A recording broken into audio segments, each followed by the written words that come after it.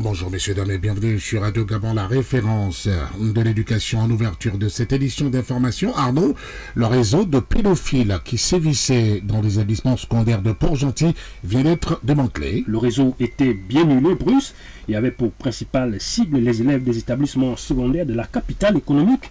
Bien que certains membres soient activement en cavale et activement recherchés, l'essentiel du gang a été démantelé par la juridiction de mineurs du tribunal de première instance de Port-Gentil après une descente dans les établissements scolaires de la capitale économique.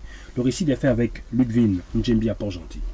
Le commissariat central de police de Port-Gentil a procédé à l'interpellation il y a quelques jours d'un couple responsable d'actes de pédophilie sur leur progéniture. Élève en classe de 6e au lycée Turiaf Manzanza, fils du présumé pédophile, avait attiré l'attention de ses camarades de classe par son attitude assez bizarre, ce qui avait emmené ce dernier vers la psychologue pour un entretien au cours duquel il ressort que l'élève subissait des assauts sexuels répétés de la part de son père géniteur, non seulement sur sa personne, mais également sur ses frères et sœurs. Écoutons quelques réactions. Je trouve cet acte pas normal de savoir qu'un père responsable se trouve en train de poser ce genre d'actes. C'est pas normal.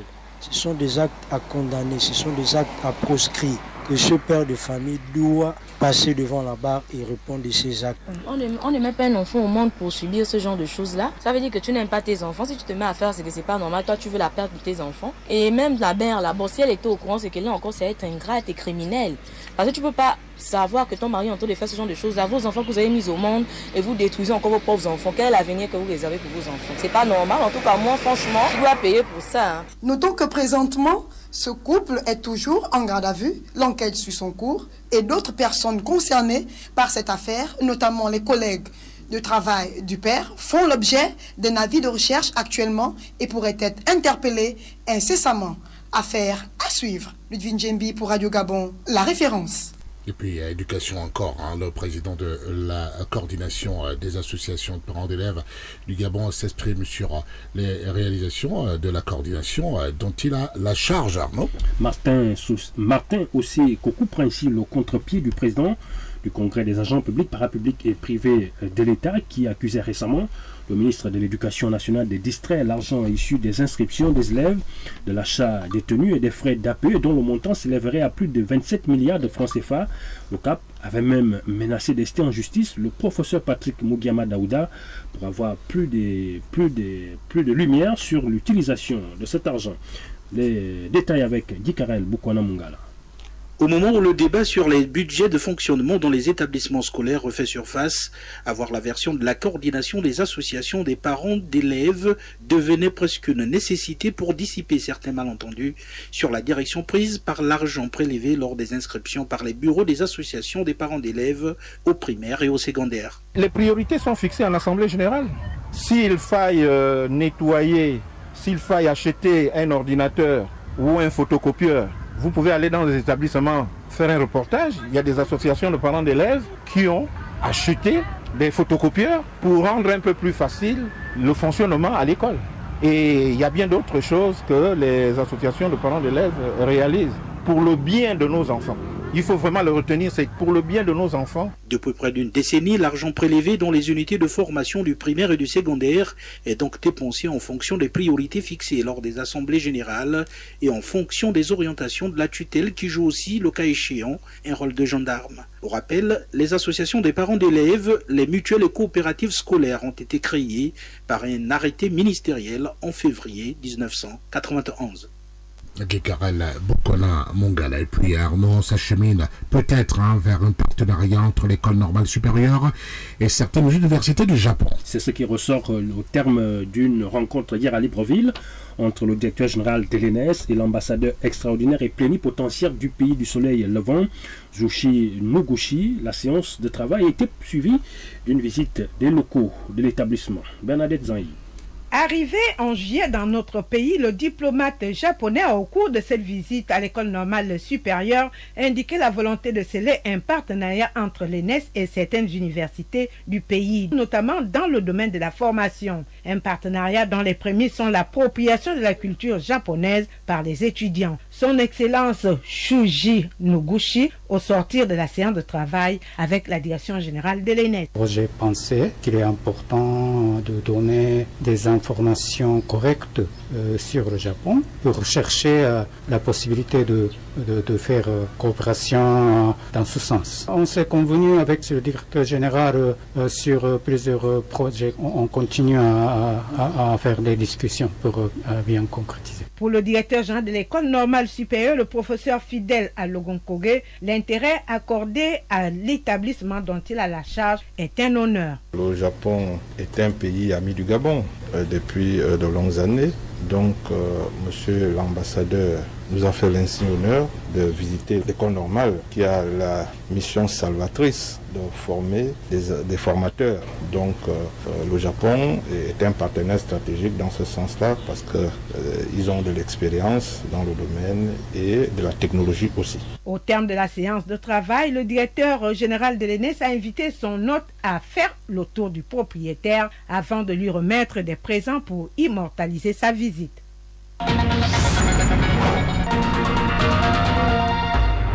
Radio Gabon, la référence, direction la primature. Pour la suite de cette édition d'information, Arnaud Ondoengozogo, le gouvernement de la République invite les gouverneurs à s'impliquer davantage dans la bataille de la lutte contre la Covid-19. L'objectif de l'équipe Rose Christiane Osuka-Raponda, le Premier ministre qui a convoqué hier l'ensemble des gouverneurs à son cabinet de travail est d'inverser la tendance haussière des cas de contamination à la Covid-19. Hier mardi, 133 personnes sur 4417 tests réalisés ont contracté la maladie. Christelle Yaïdou.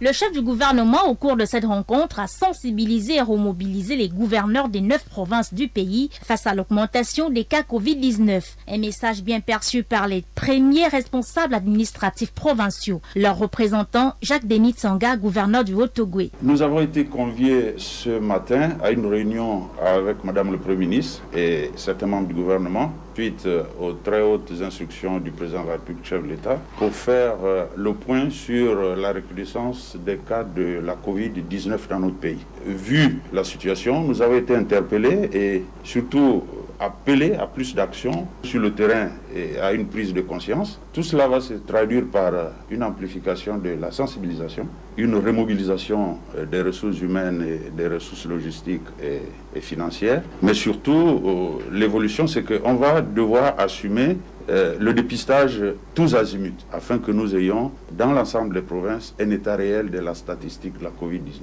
Des actions concrètes de communication seront menées auprès des populations pour une prise de conscience. Il s'agit d'asseoir des mécanismes pour que ça soit applicable, parce qu'au-delà de la sensibilisation, il faut que tous les habitants du Gabon prennent conscience de l'ampleur de cette pandémie. Et si nous n'y prenons garde, pour un pays sous-peuplé comme le nôtre, ça serait très grave. Or, la cote d'alerte est atteinte, elle est presque réactivée. Les statistiques nous le montrent. Nous sommes, ce mois de janvier, à 800 cas. Donc, il s'agit de prendre le taureau par les cornes, d'asseoir non seulement les éléments et les mécanismes de sensibilisation, mais aussi de coercition. Craignant l'hécatombe, le gouvernement entend réduire le nombre de cas contaminés par jour à 10, car la moyenne journalière actuellement oscille entre 30 et 40. Toute autre chose à présent, Arnaud Ndoengozogo, Perenco s'engage à réparer la pollution de l'environnement dont la compagnie est accusée à Port-Gentil. La compagnie pétrolière a pris cet engagement hier au terme d'une rencontre à Libreville entre les responsables de l'entreprise et certains membres du gouvernement, notamment celui en charge de la justice, garde des Sceaux, chargé des droits de l'homme, et ses collègues des eaux et forêts, de la mer, de l'environnement, chargé du plan climat, le ministre du gaz, des hydrocarbures et des mines. Le détail avec Nick Jocelyn Fouba. Ces rencontres avaient pour objectif de mieux appréhender les contours de la pollution environnementale sur le site CB1 Olendé par la compagnie Perenco, dont le directeur général Baptiste Breton s'est engagé à dépolluer et à réparer l'ensemble des installations. Et sur les instructions du président de la République, chef de l'État Libongo Ndimba et du Premier ministre, pour qui les conditions de vie des populations restent une priorité, des réunions se sont tenues pour définir les responsabilités quant à la pollution de l'environnement par la compagnie pétrolière franco-britannique Perenco SA à Itimboué dans la province de l'Ogooué-Maritime. Des rencontres qui se sont déroulées durant 2 jours, le lundi 25 et le mardi 26 janvier 2021 au ministère de la Justice, sous la conduite du ministre de la Justice. Les ministres en charge des départements de l'environnement et des hydrocarbures ont reçu l'opérateur Perenco, dont son directeur général Baptiste Breton, pour faire le point des incidents répertoriés dans le cadre de ces exploitations au niveau national. Au terme de ces échanges, il a été décidé de définir un chronogramme de travail qui permettra, site par site, de faire l'état d'avancement des travaux déjà engagés et de définir également le chronogramme des prochaines étapes à suivre pour finaliser les travaux liés au nettoyage, non sans définir les solutions à long terme qui permettraient d'être pertinentes pour améliorer la gestion et l'efficacité de ces actions. La rencontre de conciliation entre le gouvernement et la compagnie Perenco s'inscrivait dans la droite ligne des engagements pris à l'échelle internationale par le chef de l'État Ali Bongo Ondimba, pour qui la conception d'un développement à tout prix qui ne tienne compte des capacités limitées d'assimilation de notre environnement constitue une menace réelle pour l'avenir des générations actuelles. Nick Jocelyn Fouba de la rédaction de Radio Gabon, la référence. Et c'est dans ce contexte, Armand Ndoué-Gozogo, que l'émission Gabon Santé reçoit aujourd'hui, à partir de 10h05, le docteur Annick Mondja. Neurologue et directrice du programme national de lutte contre les maladies infectieuses. Elle échangera avec Greta Matsanga et Liliane Amion sur la lèpre et les maladies tropicales. En avant-première, voici un extrait de l'émission. La lèpre est une maladie infectieuse contagieuse qui est causée par une bactérie, un germe que l'on voit au microscope. Cette bactérie est de la famille des mycobactéries, comme les agents de la tuberculose, Mycobacterium tuberculosis, et l'agent du buruli, Mycobacterium ulcerans. L'agent de la lèpre s'appelle Mycobacterium leprae ou bacille de Hansen. C'est une bactérie qui est assez particulière parce que cette bactérie a un développement intracellulaire. Donc il n'est pas possible de la cultiver. Une autre particularité de cette bactérie, c'est qu'elle se divise très lentement. Donc la lèpre est une maladie chronique qui évolue très très lentement. Et la durée d'incubation de cette maladie peut aller de 2 à 5 ans, mais parfois beaucoup plus, parfois jusqu'à 50 ans. C'est une maladie qui se transmet par voie respiratoire. Si on ne traite pas les malades, il y a un risque de contagion. Voilà, l'émission Gabon Santé aujourd'hui, comme tous les mercredis, sur Radio Gabon, la référence à 10h05, très exactement. La journée internationale de la douane a été donc commémorée hier à travers la planète. Notre pays n'était pas en reste. Le Gabon, notre pays, Libreville, la direction générale des douanes a organisé, dans le site respect des mesures barrières de lutte contre la Covid-19, une cérémonie d'hommage aux agents des douanes nouvellement admis à la retraite. Pascaline Meza. Les douaniers du Gabon ont entamé la commémoration de la journée internationale de la douane par une messe d'action de grâce en hommage à leurs collègues disparus et à ceux qui ont été admis à faire valoir leur droit à la retraite. Boris Admina Achougou, directeur général des douanes. Au nom du président de la République, chef de l'État, et de madame le ministre de l'économie et de la relance, j'ai tenu tout particulièrement à organiser une cérémonie pour rendre hommage à tous les collègues admis à faire valoir leur droit à la retraite au cours de l'année 2020. Je tiens à souligner le travail extraordinaire réalisé par chacun de vous dans vos tâches quotidiennes lorsque vous étiez en activité. Nous nous souviendrons de votre investissement, de votre énergie ou encore de la bonne humeur dont vous avez fait preuve durant vos longues années d'exercice. Outre cet hommage, le patron de l'administration douanière a remis des présents aux collaborateurs qui ont rendu de loyaux services à ce secteur d'activité. Cette cérémonie est donc l'occasion pour l'administration des douanes de vous remercier pour les bons et loyaux services rendus au cours de vos carrières respectives. Pour ce faire, je tenais personnellement à offrir à chacun de vous un présent symbolique pour couronner votre départ. Aujourd'hui, vous nous quittez pour une retraite bien méritée. Vous êtes enfin libre de profiter pleinement de vos familles respectives et de vous adonner sans pression professionnelle à vos diverses occupations. Un vin d'honneur a mis fin à la cérémonie et rendez-vous a été pris pour l'année prochaine. Il est 7h17. Le syndicat des professionnels de l'audiovisuel public était en assemblée générale hier, ici même à la maison Georges Rawiri. C'était pour faire une restitution des travaux du comité de suivi des actions du forum de la fonction publique, l'un des points inscrits à l'ordre du jour. Les détails avec Rémi Savou. Prenant une part active à l'Assemblée générale du SINAPAP, le syndicat national des professionnels de l'audiovisuel public, le vice-président du comité de pilotage des travaux du Forum de la fonction publique, Joël Ondoela, s'est exprimé sur la non-prise en compte des dossiers du ministère de la Communication. Il est question que les responsables administratifs de ce département puissent éclairer au niveau de la fonction publique que tout le monde n'est pas journaliste. Il y a bien d'autres corps de métier et dont il est question de montrer au niveau de la fonction publique par document à l'appui, un document qui est travaillé pour signaler à la fonction publique les différentes écoles qui forment les différents corps de métier de la communication. Nous sommes dans un cadre progressif. Est-ce que tous les dossiers de la communication sont à la fonction publique ou bien est-ce que ces dossiers, dans un cadre qui obéit au recrutement école, au reclassement école, sont à la fonction publique? Il n'est pas à dire que la communication est écartée. Pas du tout. Une thèse soutenue par Aminata Nzomba, épouse Ondo, la présidente du SINAPAP. Je pense que c'est à ce niveau que les choses n'ont pas marché et nous exhortons le gouvernement. Et je loue cette chance que nous avons un ministre aujourd'hui qui prône le dialogue social, qui a instruit le dialogue social comme une méthode de gouvernance. Et depuis qu'il est là, beaucoup de choses se décantent parce qu'on discute, parce qu'il y a la communication qui passe. La régularisation des situations administratives est un plan progressif 2020-2021. Et puis les agents du comité de privatisation aussi ont tenu un point de presse. C'était hier à Libreville. Ils ont sollicité des pouvoirs publics le paiement de la 3e et dernière tranche relative aux droits légaux. Selon ces derniers, plus d'un an après le règlement des 15% du montant à reverser aux anciens salariés de la dite structure, le dossier semble se heurter à certaines réalités, plongeant ainsi plusieurs d'entre eux dans la précarité. Gikael Bukwana Mungala.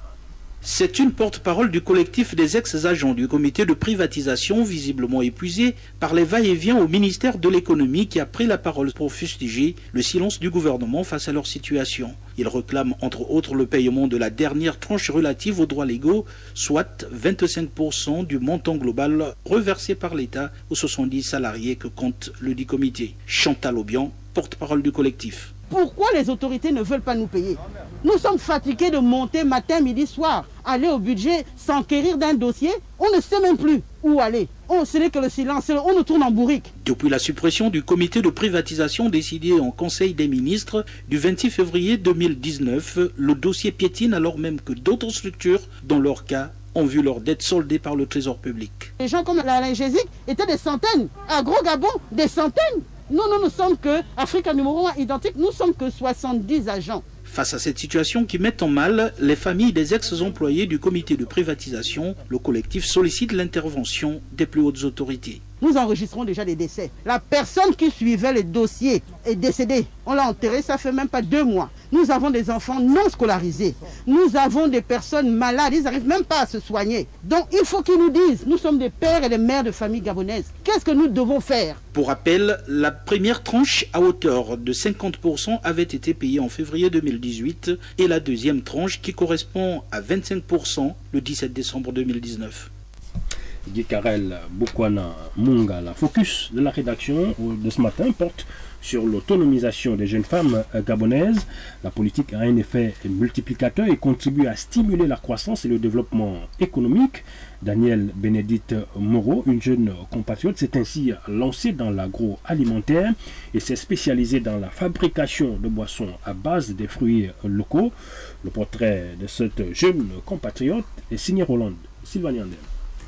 La trentaine révolue et détentive d'un Master 2 en management de la logistique et d'achat, Daniel Bénédicte Moreau ne s'est pas intéressée à l'emploi dans la fonction publique. Elle a plutôt trouvé un trésor dans l'agriculture, mais précisément dans l'agroalimentaire. En quête d'emploi, je ne trouvais pas d'opportunité. Afin de pallier à ma, précarité financière, j'ai décidé d'exploiter un savoir-faire que j'avais qui était la production artisanale de boissons. Donc c'est de là que tout a commencé. Vraiment, c'était par nécessité. J'ai commencé d'abord de façon informelle, c'est-à-dire que j'ai commercialisé mes premières saveurs dans différentes artères de la capitale avant de lancer ma propre marque. J'ai vendu notamment au rond-point Zion, dans des cantines, au Collège Sainte-Marie, Plein Niger. Vraiment, j'ai fait pas mal de points de vente. La jeune Gabonaise se bat chaque jour pour que son business prospère malgré les railleries. Je commercialisais avec ma sœur, elle m'aidait énormément dans la vente et tout.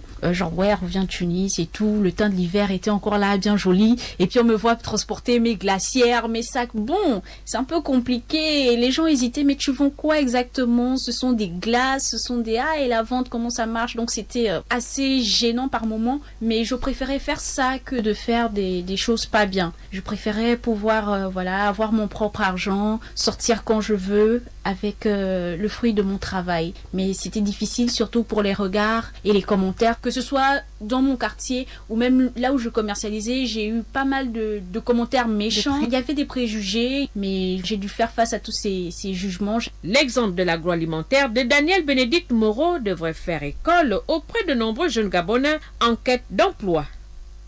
Alors, Hollande Sylvanie Andem pour ce portrait. Et puis, l'actualité africaine avec Issa Stéphane. Bonjour Issa. Bonjour Bruce. Est-ce qu'on peut retirer au moins le masque? Il y a la distanciation physique qui est respectée dans ce studio. Issa Stéphane, parce qu'on pourrait ne pas vous entendre à la radio. Direction la République centrafricaine où la contre-offensive est simplifiée à Bangui. Les forces armées exactement centrafricaines et leurs alliés MINUSCA, russes et rwandais ont entamé ces derniers jours une contre-offensive pour repousser la pression des forces rebelles autour de Bangui. Les alliés ont repris la ville de Boda et tentent de libérer l'axe menant au Cameroun pour contrer la tentative des rebelles d'asphyxier Bangui en empêchant le ravitaillement du pays. Cette contre-offensive a pour but de stopper ou d'annihiler les bases arrières pour déstructurer les groupes armés rebelles. Et puis la colère du président sud-africain Cyril Ramaphosa, le président Cyril Ramaphosa qui futige les pays riches à propos des vaccins anti-Covid-19. Il s'est exprimé exactement lors du Forum économique mondial de Davos. Il a mis en garde contre toute forme d'exclusion dans les stratégies d'acquisition du vaccin. Selon Cyril Ramaphosa, les pays riches ont acheté de grandes quantités de vaccins, pour certains 4 fois plus que ce dont ils ont besoin, alors que les campagnes de vaccination ont commencé à travers le monde. L'Afrique du Sud attend toujours ses premiers vaccins, son pays étant le plus touché du continent par l'épidémie de Covid-19, avec plus d'1,4 cas et 41 000 décès. Et ça, Steve Méfan pour la page africaine de cette édition d'information qui marque une courte pause.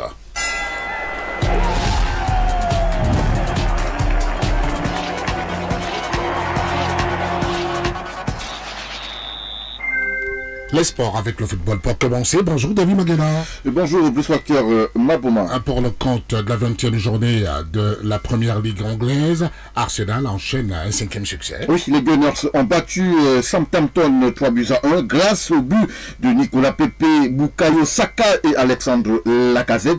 L'international gabonais Pierre-Emerick Aubameyang était une nouvelle fois absent pour des raisons personnelles. L'attaquant des Panthères bénéficie tout de même du soutien de ses coéquipiers. Le club a dédié cette victoire à son capitaine Pierre Aubameyang.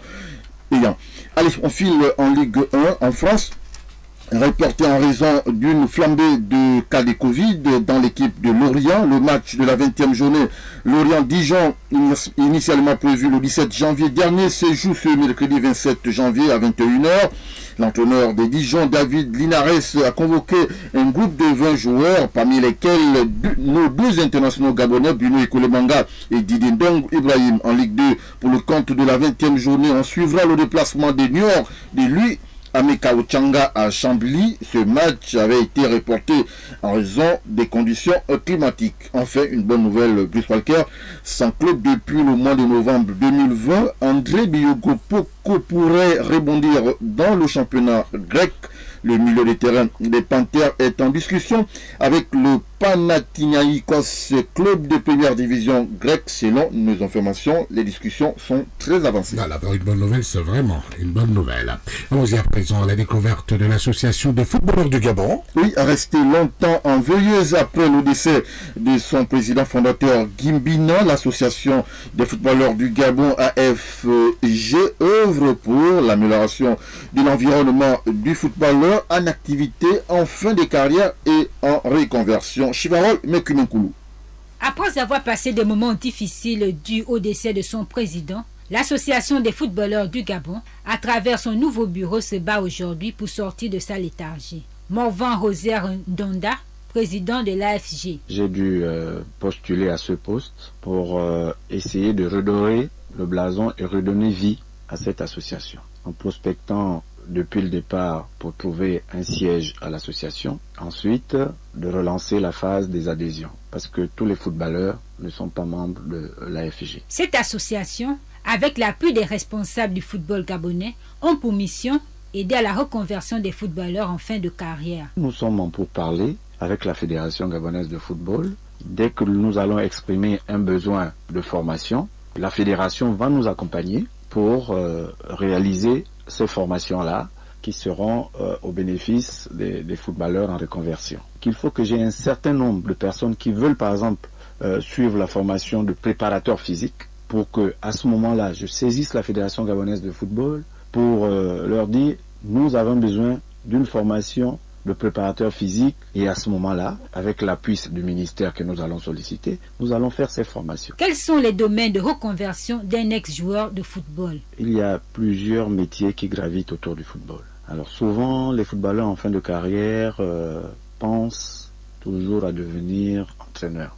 Mais tout le monde ne peut pas devenir entraîneur. Les domaines de reconversion dépendent déjà du niveau de formation. Vous avez un footballeur en fin de carrière peut commencer à suivre une formation d'attaché de presse d'un club, par exemple. D'autres peuvent suivre une formation de recruteur, de préparateur physique, d'arbitre, d'intendant, de chargé du matériel, de jardinier et j'en passe. Le nouveau bureau de l'association des footballeurs du Gabon a été installé le 12 septembre 2020. Et plus que quelques secondes avant de passer le micro à Bruce Walker, un mot sur le championnat d'Afrique et des nations de football CHAN. Le Maroc tenant du titre, défendra bien son titre. Les Lions de l'Atlas du Maroc ont battu les Crans d'Ouganda 5-2. Les Marocains terminent premier du groupe C. Dans l'autre match du groupe, les Amavubi du Rwanda ont éliminé les Éperviers du Togo au 3-2. Le programme du jour prévoit donc dans le groupe D, Tanzanie, Guinée et Namibie, Zambie. Voilà, il a respecté le timing. Merci beaucoup, David Maguena. La page de sport de cette édition d'information pour refermer le journal. Arnaud Ondo Ngozogo. À retenir, brusque, la juridiction des mineurs du tribunal de première instance de Port-Gentil vient de procéder à l'interpellation d'un vaste réseau de pédophiles qui sévissaient dans les établissements secondaires de la capitale économique. Certains membres du groupe en cavale sont actuellement recherchés. Le gouvernement invite les gouverneurs à se remobiliser dans la sensibilisation et la lutte contre la Covid-19. L'objectif de l'équipe Rose Christiane Souka Raponda est de renverser la tendance haussière des cas testés positifs. Mardi, notre pays a enregistré 133 nouvelles contaminations sur 4417 tests réalisés. Le focus de la rédaction de ce mercredi a été consacré à une jeune compatriote spécialisée dans la fabrication des boissons à base des fruits du terroir. Son nom, Daniel Bénédicte Moreau, nous a été décrit par Hollande Sylvaniandem. Et puis à l'étranger, les forces armées centrafricaines et leurs alliés ont lancé ces derniers jours une contre-offensive pour repousser la pression des forces rebelles autour de Bangui, la capitale du pays et siège des institutions républicaines. Voilà, merci beaucoup Arnaud. Prochain regard sur l'actualité tout à l'heure à 8h dans une trentaine de minutes très exactement. Et vous le savez, messieurs, dames, justement, à 8h30, l'auditeur libre, le libre penseur, le chercheur, Mohamed Cherif sera là. Il a déjà confirmé sa venue. Il a confirmé le rendez-vous de ce mercredi 27 janvier 2021, avec de très très bonnes questions que vous lui avez posées. Décidément, vraiment, heureusement que nous l'avons. Mohamed Cherif, qui est une véritable multiprise et qui a toujours réponse aux questions que vous lui posez. Par exemple, en quoi le fait d'invoquer Dieu en termes de notre Père serait-il perçu par certains comme un blasphème? En quoi? Dieu mon père. Pourquoi? On a dit que c'était un blasphème. Non, suis-je en train de blasphémer lorsque je dis notre Père qui est aux cieux, que ton nom soit sanctifié, etc. etc. Et c'est les 7 répétés, quand on est dans le christianisme, on le retrouve aussi dans l'islam. Hein. Alhamdulillah, Rabbi Alamin, Al-Rahim, Maliki Yawmiddin, Yakana Boudou, Yakana Stain, etc. Mais véritablement, les 7 répétés qui reviennent, mais toujours en référence au Créateur suprême, à Dieu le Père. Ça, c'est évidemment, ça n'a rien à voir avec évidemment les Raéliens. Hein. Nos frères raéliens, eux, ne croient pas en Dieu. Enfin, on le leur accorde. C'est leur façon de voir. Mais en vérité, en quoi le fait d'invoquer Dieu en termes de notre Père serait-il perçu par certains comme un blasphème? Bon, mais Thierry, je vous attends ici avec cette question-là. Hein. Vous allez voir ce que pensent les auditeurs de Radio Gabon. Ils ne badinent pas, les auditeurs de Radio Gabon. Hein. Et puis, on va revenir un peu sur bon à savoir. On parlera de la clé du zéro. La clé du zéro. La clé du zéro, qu'est-ce que c'est? On va voir. Nous irons dans la pharmacie de la nature pour cette recette, une recette naturelle hein, pour les grossesses qui ne vont jamais au-delà de 3 mois.